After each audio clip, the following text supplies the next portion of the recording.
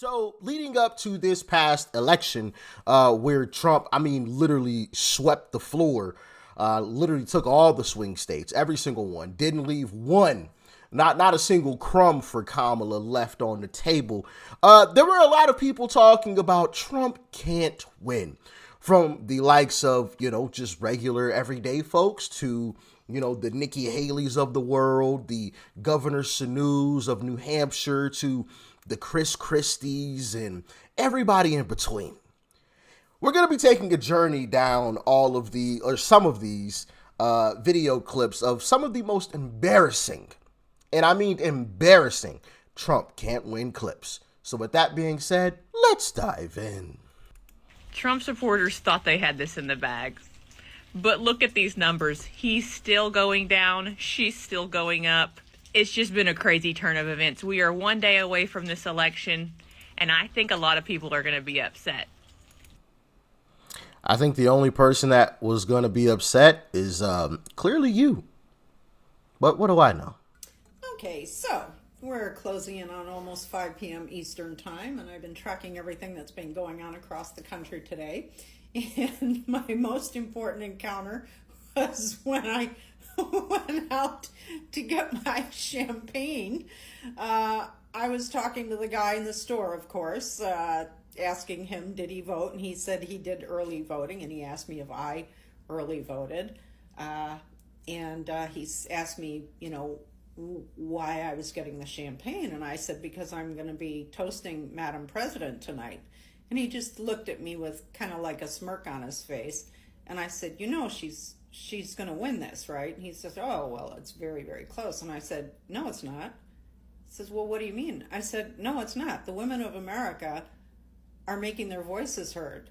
Reproductive rights is what it all comes down to. And the women are voting in numbers relative to men that are unbelievable. She's won this. And I said to him, she's going to take every one of the swing states plus Iowa.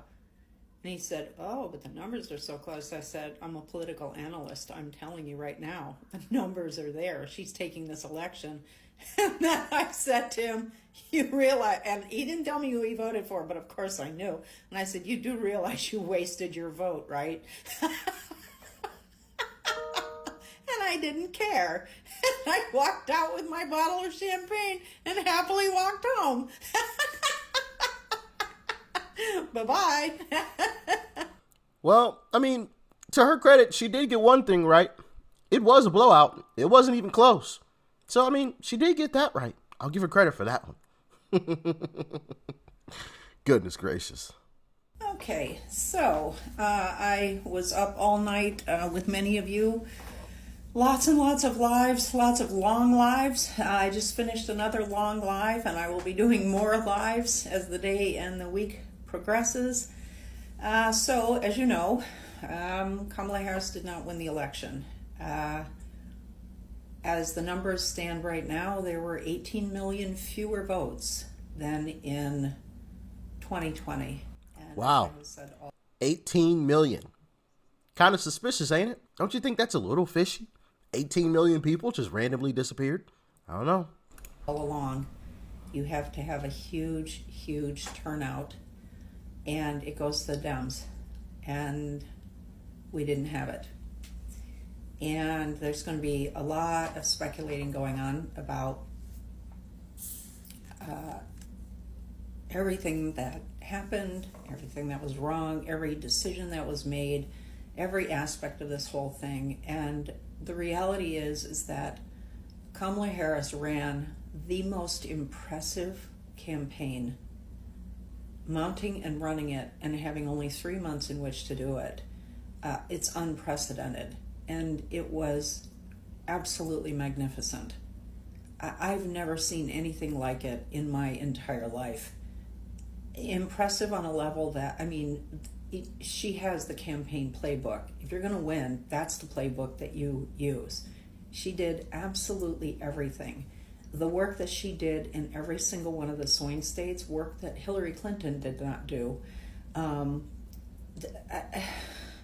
It's so staggering what the ground game was in Kamala Harris's campaign, the number of people volunteering, the level of excitement, the enthusiasm, all of it.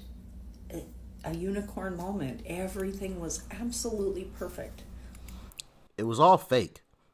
She was propped up. That's why it all seemed perfect. She went from the most disliked vice president ever in a guy on CNN, people on CNN saying that Joe Biden should drop her from the ticket. She went from that to the greatest thing since sliced bread. Make it make sense. But who am I? I'm just a guy on the internet. I would say take Harris over 270 electoral votes. Let these fools in these crypto markets do something. Let them drive the betting line into a favorable place and then take advantage of it. That's what I would do. I think she's going to win. And why do you think she's going to win? She's got more money, got more energy, has a more united party, has better surrogates, and he's stone-ass nuts. Okay, when you start talking about lining up a political opponent with 9 people in a firing squad, and then you have the Washington Post and the Los Angeles Times says, "Ooh, I don't want to get involved in this. This is dirty politics." I mean, it's Joe, it's election day. This guy is a loser. He's fat. He's pathetic. He doesn't know where he is. He's confused. He's dazed. And I think people are going to see through that. And, a lot of these macho, guys, I don't think they think it's macho to attack women, attack Puerto Ricans. I mean, I don't think they're or blacks or anything else. And we're going to win this thing, baby. We're going to win it. I'm telling you right now. I feel it in my bones. I'm not backing off. People, oh, man, you're crazy. You just can't say that. Look at the polls. They tied. I'm saying it right now. We're winning. We're going to win. I'm I'm more confident today than I was 2 days ago. There you have it. I promise you. There you have it. And look, I'm old enough to remember when there was a different nominee. Wow. I wonder where that confidence is now. Okay, so let's keep it together, people. I haven't changed my map. Check it out. I still have Harris as getting 349 electoral votes. It's going to be a landslide. I know a lot of you are sleeping better because we're having discussions and you're starting to realize this is very realistic.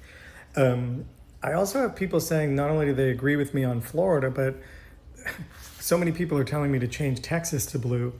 I'm going to still leave it at red. Look at how many votes we have to play with. Don't listen to CNN or any of the media. They're just going straight off these weird polls, and they keep saying everyone's neck and neck. No, I think she's going to get Arizona, Nevada, and the blue wall, Michigan, Minnesota, Wisconsin, Illinois, Pennsylvania. It's going to be a landslide. I think they're going to call it Tuesday night too. I don't care what Trump plans on doing. I mean, I guess I will give him a little bit of credit. Once again, he said it was going to be a blowout, and it was. Just not the way he would have wanted, of course. But carry on. Listen, I have a couple of things to think about for tomorrow, everybody. Number one, Trump's going to lose. He's going to lose badly. He's going to be wrecked. I don't know what the electoral college count's going to be at the end of this, but it's going to get loud and it's going to get hard for him. Their panic is extraordinary. Their events in Georgia and North Carolina are basically about as well attended as a Pokemon card trading convention in Ass Crack, Alabama. This is... Oh, whoa. How Pokemon catch a stray? how did Pokemon catch a stray? Like, come on now. There's a lot of fans of Pokemon out there. You never know.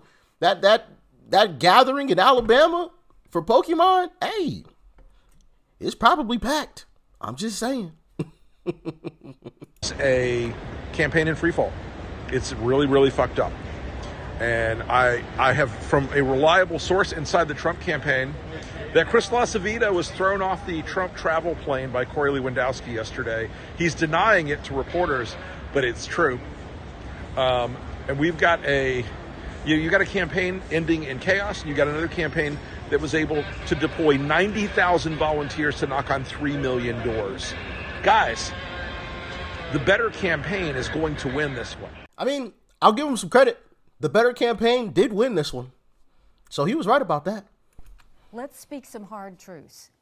If Donald Trump becomes the Republican nominee, We will get a President Kamala Harris. You mark my words. He cannot win a general election. Look at Iowa, look at New Hampshire. He can't get independents. He can't get suburban women. He's losing Republicans who say they don't want him and will vote for someone else. It's a problem. This is not personal for me. I have no problems with Donald Trump. I voted for him twice. I was proud to serve in his administration. This is about the fact America can't lose again. We lost in 2018, we lost in 2020, we lost in 2022. How many more times do we have to lose before we realize we have got to right this ship? Well, hate to tell you, Nikki, but we won. I don't know if you noticed or not, but yeah, we did. Carry on, though. Carry on. Donald Trump will not win the general election. You can have him win any primary you want.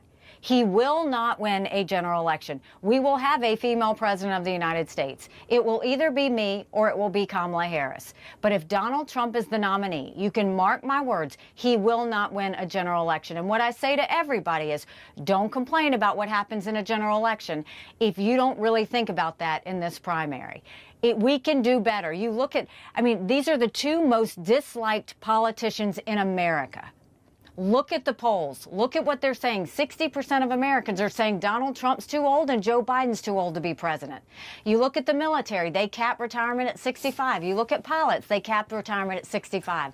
We've got a lot to fix in this country. We need someone who can work 8 years straight of hard work, day and night, fully disciplined, with no drama, no vendettas, just results for the American people. That's what's at stake here, and I'm going to continue to stay in and tell people this as long as I possibly can. So what are you going to do if Trump wins? Nothing. Going on with my show and making jokes at his expense every week. And that's why this is a great country.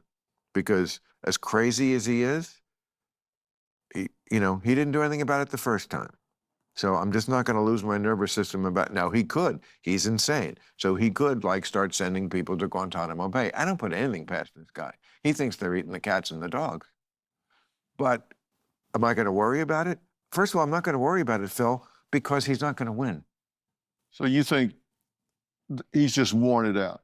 You think people are just going to get fatigued? Enough. I feel category fatigue. It's just going to be, we're talking about a few 100,000 people perhaps, but I think it's going to be a little closer than that. First of all, she's definitely going to win the popular vote, as Democrats almost always do now. But I think she will win. I think he will, of course, go batshit insane, as he always does. He won't accept it. His followers, I think, I don't think their heart will really be in it, as it was in 2020. Some of them, there's lots of people who will always be in the bunker with Mrs. Goebbels, taking the poison and giving the poison to the children because it's better than living in a world without National Socialism. I make an analogy, but I don't say he's a Nazi. But I think for most people, it's just fatigue. Yes, I think it's time. Nope. We ain't tired, and we'll never be tired. We'll see you again in 28. Yeah, sure, it won't be Trump, but we'll be back with the next Republican candidate, J.D. Vance or Byron Donalds or Larry Elder or whoever it is, Candace Owens, whoever. We'll be back, more energized than ever. Carry on. And right now, Donald Trump costs us, from the U.S. Senate to governorships to school board seats. His message costs Republican parties dearly across the country. So if he is the nominee, will the Democrats win? Oh, yeah, he can't win in November of 24. Oh, the math has shown Donald Trump has no chance of winning in November of 24. He wouldn't even win Georgia. If you're a Republican that can't win Georgia of November 24, you have no shot, and he's proven that. So, and not only has he proven it, but the candidates he gets behind in a good conservative state like Georgia lose the race. His messaging doesn't translate. It does well with a hardcore 35% base, but he loses everybody beyond there. And no one is undecided about the former president. There's no one out there going, well, maybe I might consider voting. No, you know where you are. He's a known commodity, and so the math doesn't add up. So if Republicans nominate him, then we're saying a vote for him in the primary is effectively a vote for Joe Biden. That's ultimately how the math will play out. I don't know what kind of math he doing, but, you know, the math I was doing, I mean, it all added up to a Trump W. I'm just saying. I don't care how you want to twist it or turn it, but Trump W. If Donald Trump is the nominee, the election will revolve around all these legal issues, his trials, perhaps convictions if he goes to trial and loses there, and about things like January 6th. We're going to lose if that's the decision that voters are making based on that. We don't. You know, I like Ron DeSantis as a governor, but as a president, I don't know. It's just something about him that just doesn't sit right with me. I can never pinpoint exactly what it is, but he just, I don't know, something's off about that guy. Great governor, though. Amazing governor. I'm not a Trump fan. I want to win. And if we nominate Trump, we're going to lose. He hasn't won anything since 2016. Mm-hmm. We lost the House in 18. We lost the presidency in 20. We've lost the Senate. We would have won the Senate this time in 22 had it not been for Trump and his nominees in some of our key primary elections. And my guess is we probably would have picked up 10 to 15 seats in the House if it weren't for, his involvement. And you have to make the case against Donald Trump and convince Republican primary voters two things. One, that he is not electable. And he will not beat Joe Biden. He's lost him before and would lose to him again. And probably Joe Biden would bring a Democratic House and Senate with him. Yeah, that's some crazy talk right there. Not only did he say Trump would lose, but he said Joe Biden would win. Wow. Woo. Terrible take right there. There's no other conclusion to come to that he's both afraid of me and he's afraid of defending his record. And if I had his record, I'd be nervous about showing up too. And let's face it, guys. By Wednesday, he's going to be out on bail in 4 different jurisdictions. That really, when are we going to stop thinking that's normal? When are we going to allow our country to understand again that nominating someone who's out on bail in 4 jurisdictions is not a winning formula? And Trump has converted our party into something that we hardly recognize. And so I'm swimming upstream. But it's an important battle this year that we continue to fight for what we believe is important for our country and for our party. We're doomed to lose if we just simply become the Trump entity that's going to be following whatever latest craziness that he advocates. And that's a concern to me. That's why I'm raising my voice. January 6th is a part of it. He's morally responsible. We'll find out whether he's legally. Yeah, people like Asa, thumbs down. Don't like him. Just saying. And the New York Times interviewed 1/3 of the committee members who said they would also like an alternative to Donald Trump to emerge. What does that tell you about Donald Trump's standing right now? Well, I think he's fading. I've said that for a long time, but he's probably still has, I was talking to a friend of mine in New Hampshire yesterday, probably 25 to 30% support. You get a crowded field, he could come out of there, he could win, but he's never going to be president of the United States. Thank God he's not going to be that. However, he's still a force in the party, but not as strong as a force. And his 2 appearances yesterday, both in New Hampshire and in South Carolina, were underwhelming. But just remember this. Donald Trump, somebody that I fought from the very beginning, is a vessel for people's frustrations and anger. And the person that can beat him will be somebody who is a vessel for something other than that, and maybe a vessel for hope. Do you think Kamala won, and does that mean she may now win the election? I think more accurately it's that Donald Trump lost. And this is not the worst debate performance I've seen in my career, but it's very close to it.